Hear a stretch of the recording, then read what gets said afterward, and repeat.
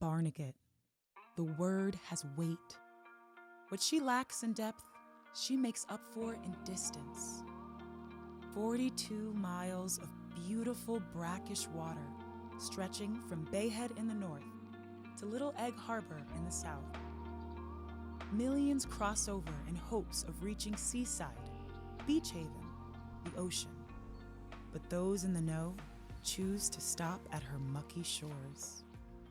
Makes me think of a place that involves a lot of people in a lot of different ways. Motorboaters and fishing and crabbing and sailing, but it also means, people back in the pines enjoying the source of the water in Barnegat Bay, valuing the streams that feed the bay. The bay is a sort of a report card on what's going on the land around it. And if the bay is in good, clean shape, then that tends to mean that the people around the bay are in harmony with nature.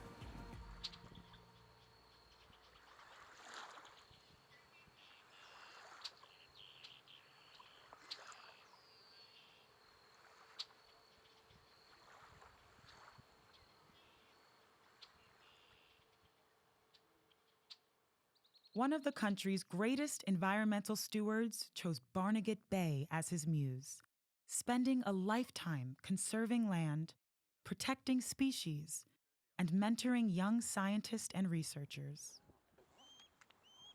One day as I was driving a pontoon boat with a group of students on it, I look off in the distance and there's this boat flying toward me. Like, wow, looks like an old Garvey. And there was a black dog standing up in the front of it. And he stops just before he hits the boat. He goes, "Hey, what do you think the salinity of the bay is today?" And I go, he goes, "It doesn't matter. You wouldn't know anyway." And he turns around and roars away. It's like, I guess that's how I met Pete McLean. So first time I met Pete, it was after hearing about him for a number of years. Very energetic guy, and I knew he had done a lot with bringing back osprey and peregrine falcon and bald eagle to the state.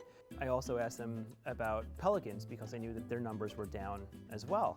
Did you do anything with pelicans at all? And he just kind of looked at me and he's like, "Pelicans got no character," and just kind of moved on from there. And I was like, compared to an osprey, yeah, that makes sense. I agree. Back in 2004, after I got out of college, I started working for the state, and that's when I would see a camper parked in the parking lot at the office, and it was Pete McLean's, where he would be staying down there in his camper at our office, going down and working on the Bayshore, even though he'd been retired for almost 20 years. So we were out on a marsh platform. I think he thought I was the perfect partner in crime. Both of us had cameras. Pete had a much better camera. He was known for very good photography. Like any healthy salt marsh, there were muskrat holes. Pete fell in one leg in, one leg out, camera up in the air, protecting the camera. And he said to me, "Come get my camera."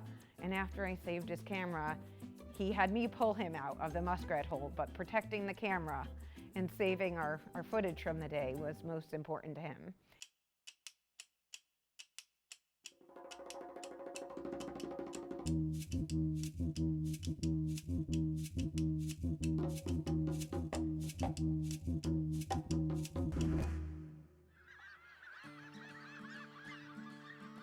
He was a major player. He was actually the associate director of the New Jersey Division of Fish and Wildlife. He probably knew more about Barnegat Bay than anybody else at the time, and maybe still today. He really, really knew the marsh. He knew the plants, he knew the animals, he knew the people. A real bayman in the true sense of the word. I kind of always described him in that generation as a cowboy ecologist. It's like, there's a problem, and just do whatever they need to do to fix it. Deal with the apologies later. I mean, so many people he took under his wing and mentored. He saw that ability in a 23-year-old recent grad student that I had a role in protecting the bay. A prolific communicator, Pete could be heard on WOBM radio, read in newspapers and outdoor magazines, and seen in popular environmental films on the New Jersey Network. Work is presently being done on all endangered species, from the bald eagle and the peregrine falcon to the little pine barren tree frog and the secretive tiger salamander. I think the thing that Pete had was a genuine passion. Avid fisherman, birder, scientist. He traversed all people. So whether your value was bringing back an endangered species or catching the largest striped bass, Pete could appreciate that and wanted to experience it with you and teach you something about it.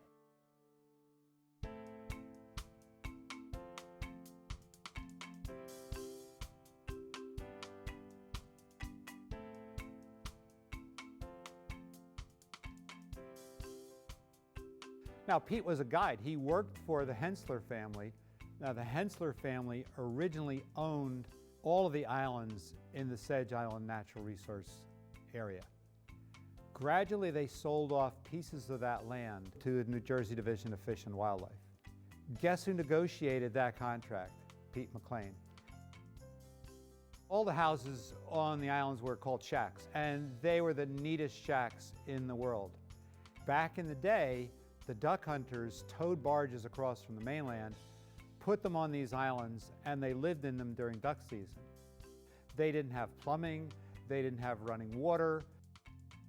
Pete named his shack Clam Ranch, and he put the peregrine falcon hacking tower where he could see it from his porch. And he could have the interns feeding the falcons pieces of chicken, and he could make sure they were doing their job. That was classic Pete McLean. And Pete recognized that these were really important ecosystems, how marshes were the nurseries for the bay.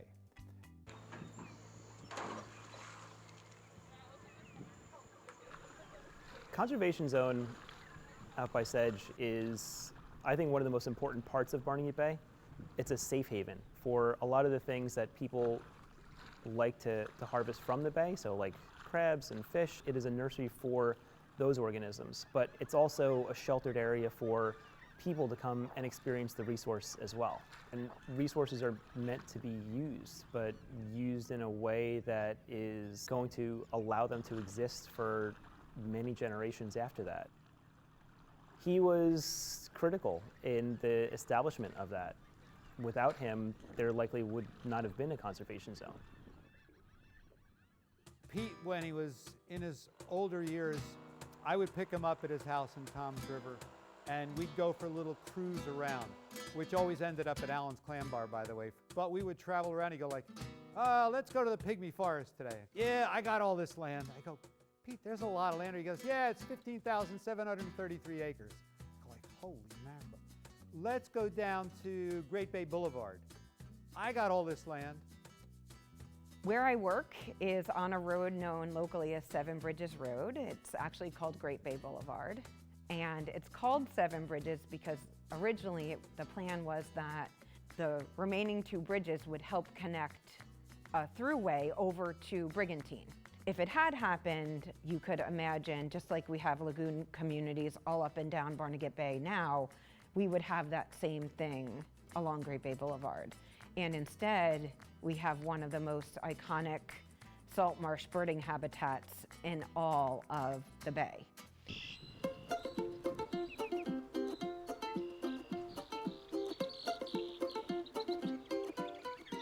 It was actually due to Pete that that land became protected and preserved as a wildlife management area.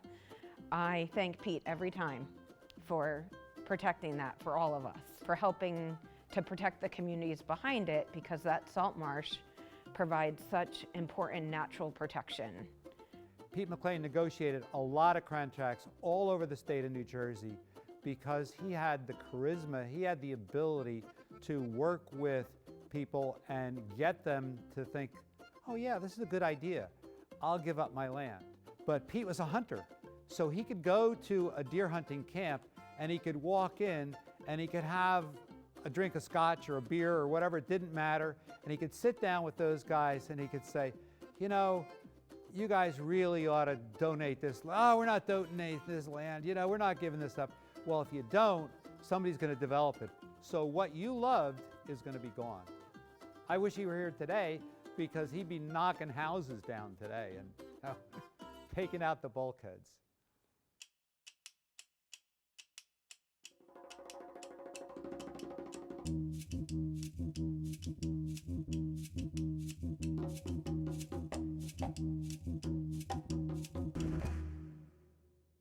biggest issues surrounding the bay are development and the continued development in the Barnegat Bay watershed. It's a really fragile environment. The parkway was the detriment to Barnegat Bay, I think. You know, it just brought so many people in, me included. I get it. You know, we shouldn't be here. There shouldn't be so many of us. From the northern gate of Island Beach State Park to Point Pleasant is completely developed. You find a vacant lot, nothing wants to live in that vacant lot. Barry Island's a sandbar. And a sandbar, like all sandbars, gets washed over, it gets washed away. It's constantly, it should be constantly moving westward. So Barnegat Bay should be shifting to the left, and it should be flooding out those marshes, but it can't because people have built their homes there, they've bulkheaded that, and so that can't shift. So we're in a real conundrum there. The only pieces of open space are marshlands that the state or the federal government has acquired. Pete's charisma helped him acquire over 18,000 acres of land for protection from the Delaware Bay to the Barnegat Bay. Great Bay Boulevard Meadows and Sedge Island are still natural wonders precisely because of Pete. The southern part of the bay is very different in terms of development patterns than the northern part. It has been through icons like Pete and like the very brave members of the Pinelands Commission who had the foresight to protect this corridor of land that now is considered one of the most pristine areas in the whole east coast of the US. When you come down to the bay, especially the southern part of the bay, and you do birding or you get in a kayak, you feel like you're in another planet. And it's through people like Pete that we have these beautiful, protected, important areas, not only to the wildlife, but to us as humans. To be able to foresee the future of a changing coast in New Jersey, I think is really one of Pete's biggest legacies. For coastal wildlife, I think one of the biggest needs is habitat. He played the biggest role in preserving that habitat. As we've filled in our marshes, as we've developed houses along places, there's a lot less habitat, a lot less place to live for these animals. So they move out of the area. If they can't survive in the area, they die off. And that's the pressure that's being built. But it's human caused, and it's by us moving into these areas. He was really involved in the Osprey project. That was his main thing. We're doing a good job of protecting our environment for ospreys. We're going to continue to see the population grow. We have plenty of areas for them to nest. They nest in many areas where we live and on many structures that we've built. So really, they've adapted very well to our human-dominated landscape in coastal New Jersey. The osprey, locally called fishhawk, is one of New Jersey's largest birds of prey. Pete, I think, was one of the first people to recognize the importance of habitat. Most people didn't think about that. Oh, we're going to bring back the osprey. All we have to do is get a bunch of eggs and put them in a nest, and that'll do it. And Pete said, no, no, no. We have to put more nests in. We have to build up this osprey colony, so we've got to provide habitat. He used to put poles in that were tall utility poles and build nests on top of those, which was a lot of work because you carry this heavy utility pole out onto the marsh, dig a hole, and then prop it up. Well, Pete got a bright idea one time. He goes, well, we could borrow the state's helicopter for a mosquito commission, and we'll just drop it from the helicopter, and it's got a point on the bottom, and it'll just sink into the marsh, and we don't have to carry them, we don't have to do anything. And the first one, it was perfect. It went right in, it stayed. The next 5 in a row didn't work at all. They all fell over. He goes, well, maybe that's not such a good idea. You know, we're seeing ospreys, their population's growing. They're taking back their native habitat in dead trees and snags, even on the ground and over water. They're one of the only raptors really almost found worldwide and that nest in such close proximity to people, where you can put a nest box or a platform in your backyard if you live on the salt marsh and attract this giant raptor with a 5-foot wingspan, and then you're watching these birds raise their young and carry on their life cycle.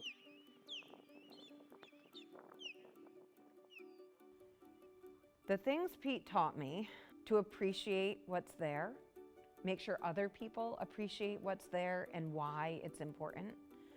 You can't just look at a map to do that.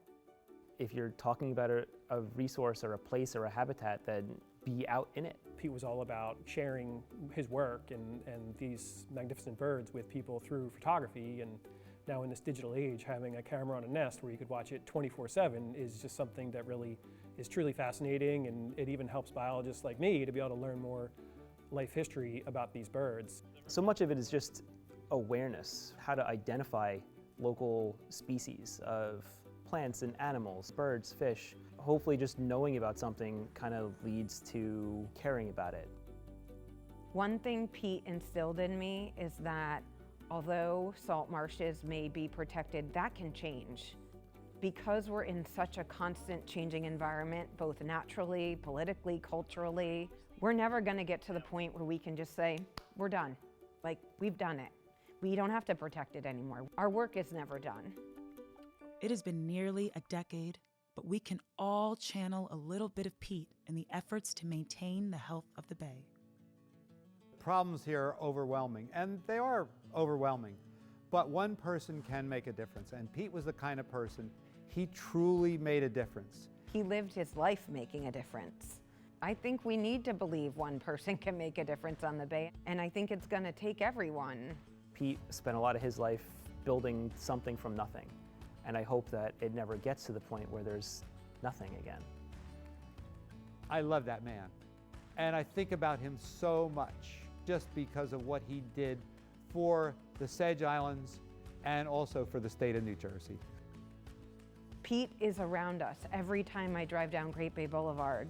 Pete's there. I mean, he has become part of the system, and whether people realize it or not, he's part of everybody that experiences the Bay.